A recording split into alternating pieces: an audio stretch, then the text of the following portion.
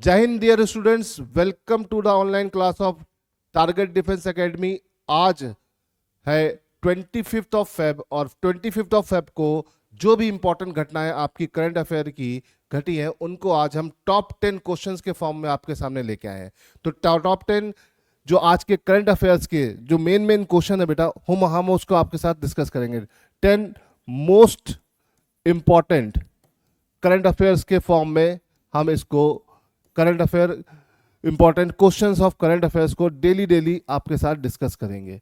तो गाइज तैयार हो जाइए और टॉप 10 जो भी आज के या डेली बेसिस पर जो भी हमारे एमसीक्यूज चल रहे हैं या जो भी करंट अफेयर चल रही है उसके जो भी इंपॉर्टेंट टॉपिक्स है उनको क्वेश्चंस के फॉर्म में आपके सामने लेके आना और किस तरह से पेपर में आपके क्वेश्चंस बन सकते हैं उसको समझाने के लिए हम इस सीरीज को शुरू कर रहे हैं। इस सीरीज में आपको डेली बेसिस पर करंट अफेयर्स के क्वेश्चंस मिलते रहेंगे। तो चलिए शुरू करते हैं आज के पहले क्वेश्चन से। ओके, पहला क्वेश्चन है, where is global investor summit being organised? Hindi में ग्लोबल इन्वेस्टर समिट का कहां आयोजित की जा रही है? तो अभी 24 और 25 2 दिन ग्लोबल इन्वेस्टर समिट चल रही है। और ग्लोबल इन्वेस्टर समिट की बेटा अगर हम बात करें तो ग्लोबल इन्वेस्टर समिट का ये आपका जो एडिशन चल रहा है, ये एडिशन कौन सा है ग्लोबल इन्वेस्टर समिट का? ये है 8th एडिशन। हर साल ग्लोबल इन्वेस्टर समिट होती है ताकि देश में इन्वेस्टमेंट बढ़े, बिजनेस बढ़े, इन सब चीज़ों को लेकर। और मोदी जी ने इसका इनॉर्गेशन किया है। मोदी जी ने कहाँ पे किया बेटा? भोपाल में। भोपाल में इसका इनॉर्गेशन मोदी जी ने 24-25 के तौर डेट को कर दिया है। 24 को इसका इनॉर्गेशन किया है और बहुत सारे इंडस्ट्रीज इसमें शामिल हुए हैं। तो ये ग्लोबल इन्वेस्टर समिट 2025 की कहां पे सेलिब्रेट की जा रही है? ये सेलिब्रेट की जा रही है भोपाल में। इसे ध्यान रखिएगा, ठीक है। चलिए अब इसके बारे में थोड़ी सी और बातें जान लें। इस समिट के अंदर खास खास चीज क्या है? देखिए, मोदी जी ने आए, इसको इनॉर्गेट किया, साथ ही साथ 100 फॉरेन रिप्रेजेंटेटिव इस समिट में पार्टिसिपेट कर रहे थे। इसी के साथ 50 से भी ज्यादा देश के लीडिंग इंडस्ट्रियलिस्ट भी इसमें शामिल हुए। और एमपी के जो सीएम हैं मोहन यादव, उन्होंने भी इसमें काफी योगदान दिया। तो याद रखिएगा, ग्लोबल इन्वेस्टर समिट जो है वो बेटा कहाँ ऑर्गेनाइज की जा रही है? वो की जा रही है एमपी में, भोपाल में। और एमपी के सीएम कौन है? मोहन यादव। इसे ध्यान रखिएगा। चलिए अपने दूसरे क्वेश्चन की तरफ चलते हैं। दूसरा क्वेश्चन है, when is central excise day celebrated every year? हर साल सेंट्रल एक्साइज डे हम किस दिन मनाते हैं? तो बेटा सेंट्रल एक्साइज डे हम तब मनाते हैं जब हमने सेंट्रल एक्साइज को इंडिया में स्टैब्लिश किया था। वो डेट है 24th ऑफ फेब, 24th फरवरी। तो 24th ऑफ फरवरी को हम इसको ऑर्गेनाइज करते हैं। यहाँ पर ऑप्शन में 24 नहीं दिया है, 21, 22, 23 दिया हुआ है।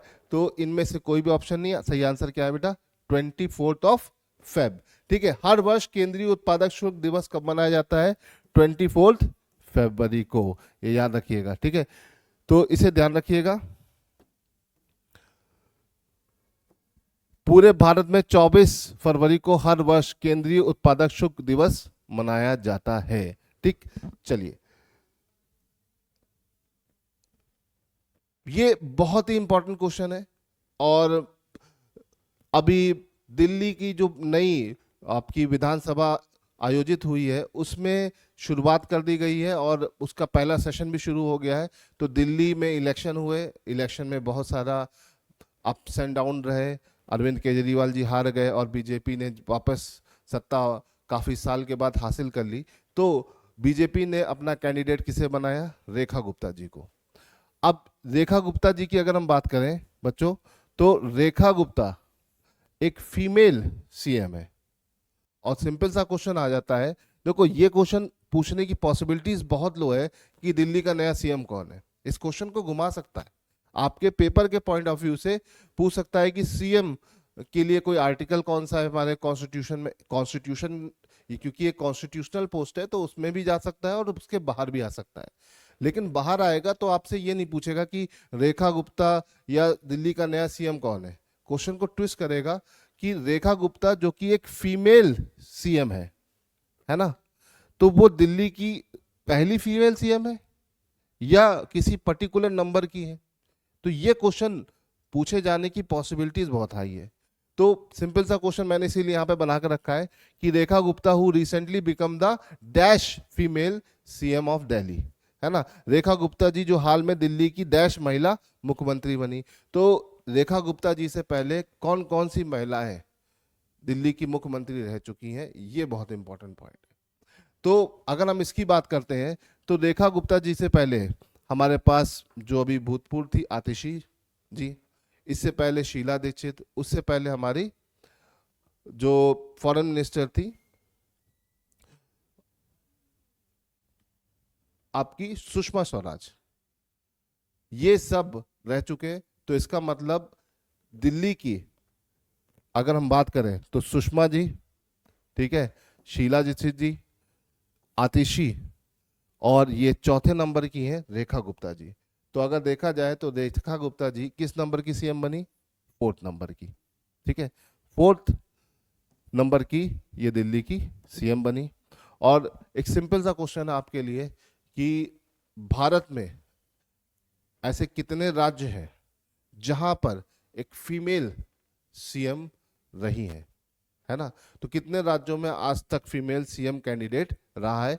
तो इस क्वेश्चन का जवाब आप मुझे कमेंट में बताइएगा, काउंट करिएगा आराम से, कमेंट करके कमेंट सेक्शन में बताइएगा। ओके, चलिए आगे बढ़ते हैं अगले क्वेश्चन की तरफ, ठीक है। Recently how many years have been completed to the Kisan Samman निधि। किसान सम्मान निधि भारत सरकार की एक बहुत ही एम्बिशियस स्कीम है ना।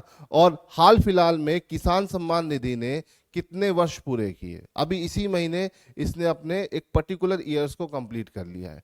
तो ऑप्शंस है 5 ईयर्स, 6 ईयर्स, 7 ईयर या 4 ईयर। तो इस क्वेश्चन का बेटा सही जवाब क्या है, इस क्वेश्चन का सही जवाब है 6 ईयर। अभी 24 फरवरी को किसान सम्मान निधि ने अपने पूरे 6 वर्ष पूरे कर लिए। अब ये किसान सम्मान निधि एक्चुअली में है क्या, इसको भी थोड़ा सा जान लेते हैं ताकि आपको कोई कंफ्यूजन ना रहे। देखिए बच्चों, किसान सम्मान निधि की अगर हम बात करते हैं तो ये एक सेंट्रल गवर्नमेंट की 100% फुल्ली फंडेड स्कीम है, जिसके तहत जो बेनिफिशियरी होता है उसको साल भर में 6,000 रुपये का एक रकम प्रोवाइड कराई जाती है उसको, एक फाइनेंशियल सपोर्ट के लिए जो किसान है उसको, और वो भी 3 अलग अलग किस्तों में, है ना। तो याद रखिएगा, यह धनराशि लाभार्थी के बैंक खाते में सीधे स्थानांतरित की जाती है प्रतिवर्ष 6,000 रुपये, और 3 समान किस्तों में, मतलब 3 डिफरेंट पार्ट्स में इसको हम डिवाइड करते हैं। 4-4 महीने के अंतराल में हम क्या करते हैं, जो भी किसान भाई हैं उनको ये दे देते हैं। तो याद रखिए, किसान सम्मान निधि में कितनी रकम दी जाती है, सालाना 6,000। और इसको ये कितने कम साल कंप्लीट हो गए, रिसेंटली 6 साल पूरे हो गए, और अभी रिसेंटली इसकी 19th जो किस्त है वो जारी की गई। तो ये भी याद रखिएगा, ये सारे पॉइंट आपके एग्जाम पॉइंट ऑफ व्यू से बेटा बहुत इंपॉर्टेंट है। चलिए अब आगे बढ़ते हैं नेक्स्ट क्वेश्चन की तरफ। Question number 5, where was the inauguration of excellence centre under the national Gokul mission was held, है ना। तो जो नेशनल गोकुल मिशन के तहत, ठीक है, एक्सीलेंस सेंटर का इनॉर्गेशन बेटा कहाँ किया गया। ऑप्शन है भागलपुर, मोतिहारी, हाजीपुर, पटना। तो मोदी जी कल गए एमपी से वो चले गए बिहार से वो गए असम। तो वो कल काफ़ी ट्रैवलिंग की है इंडिया की, और उसी के दौरान उन्होंने आपके लिए बहुत सारी करंट अफेयर्स जनरेट कर दी। तो ये गोकुल मिशन भी मोदी जी के सहयोग से शुरू हुआ, और ये गोकुल मिशन जो है उत्कृष्टता केंद्र के तहत जो इसका उत्कृष्ट केंद्र शुरू हुआ बेटा, वो कहाँ हुआ, मोतिहारी। कहाँ पर, Motihari.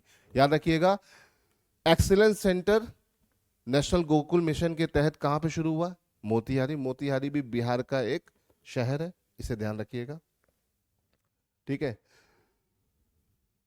Prime minister Shri Narendra Modi ji will also inaugurate the regional center of excellence at Motihari under the Rashtriya Gokul Mission with an investment of 33.8 crore, है ना, मोदी जी ने इसे इनॉर्गेट कर दिया है। ये पुरानी एक पीआईबी की अपडेट है जो कि मैंने इसको यहाँ पर ऐड किया है, ठीक है, लेकिन मोदी जी ने इसको इनॉर्गेट ऑलरेडी कर दिया है और 33.8 करोड़ इसको अलॉट किए हैं। किसे? मोतिहारी के सेंटर को। मवेशी प्रजनन और डेयरी उत्पादन को बढ़ाने के लिए प्रधानमंत्री श्री नरेंद्र मोदी जी ने गोकुल मिशन के तहत मोतिहारी में क्षेत्रीय केंद्र का उद्घाटन कर दिया है। करेंगे नहीं ये, क्योंकि ये पुराना अपडेट है, तो मैंने वहां से इसका रेफरेंस लिया था, ताकि मवेशी प्रजनन और डेयरी उत्पादन को ज्यादा से ज्यादा बढ़ावा मिल सके। तो इसे ध्यान रखिएगा, बहुत इंपॉर्टेंट है। मोतिहारी, मोतिहारी कहाँ पड़ता है बेटा? बिहार में, ठीक है। फिर आते हैं अगले क्वेश्चन की तरफ। Question number 6, which city hosting the first ever riverside eco glamping festival? ठीक है, किस शहर में पहली बार riverside eco glamping festival की? तो इको ग्लैम्पिंग एक फेस्टिवल है जो कि अपने आप में बहुत फेमस है और पहली बार इस तरह का फेस्टिवल इंडिया में महाराष्ट्र में किया गया शुरू। और महाराष्ट्र में कहा बेटा? नासिक। नासिक तो जानते ही हैं, नासिक अपने आप में एक बहुत ही टूरिज्म प्लेस है, बहुत ही पीसफुल और काम प्लेस है, जहां से आपका गोदावरी नदी का ओरिजिन होता है, आप जानते ही हैं, है ना। गोदावरी नदी बेटा कहाँ से निकलती है? नासिक से। उसी के पास ही ये इको ग्लैम्पिंग फेस्टिवल है। बहुत ही रिच फॉरेस्ट कवर एरिया है और ये जो इको ग्लैम्पिंग फेस्टिवल है ये नासिक में शुरू हुआ और ये अभी चल रहा है ना। याद रखिएगा, इसकी जो डेट है ये 17 जनवरी से शुरू होकर 31 मार्च तक पूरा ये फेस्टिवल चलेगा। तो ये अपने आप में पहला फेस्टिवल है, ठीक है। चलिए इसके आगे बढ़ते हैं नेक्स्ट क्वेश्चन की तरफ। हमारा question number 7, what is the theme of global investors summit 2025? जो हमारा ग्लोबल इन्वेस्टर समिट हुआ 8th एडिशन, है ना। हमारा इससे पहले 7 एडिशन हो चुके हैं। ये कौन सा एडिशन है बेटा? 8th एडिशन है। इस 8th एडिशन की थीम क्या है? सो ऑप्शन क्या क्या है उनको देखते हैं। ऑप्शन नंबर 1 है unlimited possibilities. Option number B क्या है? Geographic equity, sustainability and diversity. Option number C क्या है बेटा? Making our country a 5 trillion dollar economy. And option number D artificial intelligence and digitalisation. अब आप इसे सोचेंगे तो आपको लगेगा सब कुछ तो एआई चल रहा है ना, तो वही आंसर होगा बेटा। वो नहीं है। इसका आंसर क्या है? इसका आंसर है अनलिमिटेड पॉसिबिलिटीज, है ना। अनलिमिटेड पॉसिबिलिटीज का ही नारा देकर ग्लोबल इन्वेस्टमेंट जो समिट है मोदी जी ने इसको शुरू किया था, है ना। और इसमें पूरी दुनिया के काफी सारे इंडस्ट्रियलिस्ट आए हैं, पार्टिसिपेट किया है। और ये कहाँ पर हो रहा है? मैं आपको ऑलरेडी बता चुका हूँ, हो रहा है ये आपका भोपाल एमपी में, है ना। भोपाल कहाँ पड़ता है? एमपी। इसे ध्यान रखिएगा, ठीक है। तो इसकी थीम याद रखिएगा, अनलिमिटेड पॉसिबिलिटीज, ठीक है। अब थोड़ा सा एक दो चीज आप और जान लीजिए जो कि इंपॉर्टेंट है, ठीक है। The capital city of MP, MP का जो कैपिटल है that is Bhopal, set to be host the invest MP global investment summit 2025 is scheduled for February 24 and 25, मतलब कल तक ये कंप्लीट हो जाएगा, याद रखिएगा। और खास बात क्या है इस समिट की, ठीक है। ग्लोबल इन्वेस्टमेंट समिट हर साल होती है। लास्ट ईयर बेटा कहाँ हुई थी? लास्ट ईयर हुई थी उत्तराखंड में। तो याद रखिएगा लास्ट ईयर कहाँ हुई थी? उत्तराखंड में। इस साल कहाँ हुई? आपकी एमपी में। तो ये स्टेट सीधे सीधे पूछ सकता है, स्टेट भी पूछ सकता है, और ज्यादातर ये समिट कहीं भी होती है तो स्टेट के कैपिटल में। तो लास्ट ईयर उत्तराखंड में हुई, तो उत्तराखंड में कहाँ हुई थी? उत्तराखंड के कैपिटल में। चलिए अब आगे बढ़ते हैं नेक्स्ट क्वेश्चन की तरफ। हमारा जो क्वेश्चन नंबर 8 है, क्वेश्चन नंबर 8 क्या है? Which state government has launch Nain Mitram scheme 2.0? तो नैन मित्रम स्कीम 2.0 किस राज्य ने शुरू किया है? तो ऑप्शन है Tamil Nadu, Kerala, Andhra Pradesh and Karnataka. So we have 4 options, है ना। तमिलनाडु, केरला, आंध्र प्रदेश एंड कर्नाटका। अब इस तरह के क्वेश्चन जब आते हैं तो आपको इसे याद ही करना पड़ता है। तो याद रखिएगा ये स्कीम बेटा शुरू की है केरला ने, है ना। केरला आपका एक कोस्टल स्टेट है ना। और केरला अपने आप में एक अलग फीचर के लिए मशहूर है। यहाँ पे पाए जाते हैं कयाल्स, और इंडिया की सबसे लंबी जो लेक है वो केरला में ही पाई जाती है, इसे ध्यान रखिएगा, है ना। वेस्टर्न घाट की जो आपका वेस्टर्न घाट का जो सबसे लोवेस्ट पार्ट है ना वो केरला कवर करता है, इसे ध्यान रखिएगा, ठीक है। तो ये जो आपकी स्कीम है नैन मित्रन स्कीम, इस स्कीम में खास बात क्या है उसको भी समझ लेते हैं। देखो, ये एक योजना है जिसके उद्देश्य है जो भी डायबिटिक पेशेंट होते हैं, ठीक है, ज्यादा डायबिटीज की वजह से अक्सर क्या होता है, आपको दिखाई देना बंद हो जाता है। तो डायबिटीज की वजह से जो डायबिटिक पेशेंट होते हैं उनकी जो ब्लाइंडनेस है उसको रिकवर करने के लिए ये स्कीम शुरू की गई है। एक आई ड्रॉप है जो डायबिटिक पेशेंट्स को लगातार दी जाती है ताकि उनकी जो आई साइड है वो हमेशा सही रहे और ब्लाइंडनेस का जो 1% भी चांसेस है वो रिकवर हो सके। तो ये अपने आप में बहुत अच्छी स्कीम है जिसको केरला ने शुरू किया है। Nayan Mitra is a scheme in Kerala that aim to prevent blindness cause by diabetic retinopathy, है ना। The scheme offer free eye exam at family health centre for people with diabetes, ठीक है। तो याद रखिएगा, फ्री हेल्थ चेकअप दे रहे हैं और दवाइयाँ दे रहे हैं, ठीक है। इस स्कीम के तहत इसका दूसरा वर्जन, पहली जो वर्जन था बहुत अच्छे से चला, अभी 2.0 शुरू हुआ है। और ये किस स्टेट की गवर्नमेंट ने इसे लॉन्च किया? केरला ने। याद रखिएगा, केरला के पास अपने आप में इस तरह के बहुत सारे रिकॉर्ड हैं, ठीक है। चलिए नेक्स्ट क्वेश्चन की तरफ चलते हैं। बहुत ही बढ़िया और इंपॉर्टेंट क्वेश्चन है, आपके पेपर में आने की इसकी पॉसिबिलिटीज काफी है, ठीक है। Jhumoir Binandini festival is celebrated in which state, ठीक है। अब देखो, ये तुम सोचोगे कि सर तो ये कोई भी फेस्टिवल बता देंगे, तो फेस्टिवल तो सारे इंपॉर्टेंट है। नहीं बेटा, इस फेस्टिवल ने बना लिया वर्ल्ड रिकॉर्ड, है ना। इस फेस्टिवल ने बना लिया Guinness book of the world record में, इसका नाम आ गया है, इस वजह से इंपॉर्टेंट है। ये भी करंट अफेयर है। और ये फेस्टिवल कहाँ मनाया जाता है, और मोदी जी ने इस फेस्टिवल में पार्टिसिपेट भी किया, तो ये अपने आप में बहुत यूनिक हो गया। तो याद रखिएगा, आपके पेपर में आने की इसकी पॉसिबिलिटीज बढ़ गई। तो ये झुमोर बिनंदनी फेस्टिवल हम भारत के किस राज्य में मनाते हैं? तो देखिए, नॉर्थ ईस्ट के 4 स्टेट यहाँ पे दिए हुए, मणिपुर, मेघालय, असम एंड त्रिपुरा। तो इसका जो सही जवाब है वो है असम। असम में हमने इस फेस्टिवल को सेलिब्रेट किया। और इस फेस्टिवल की खास बात क्या है?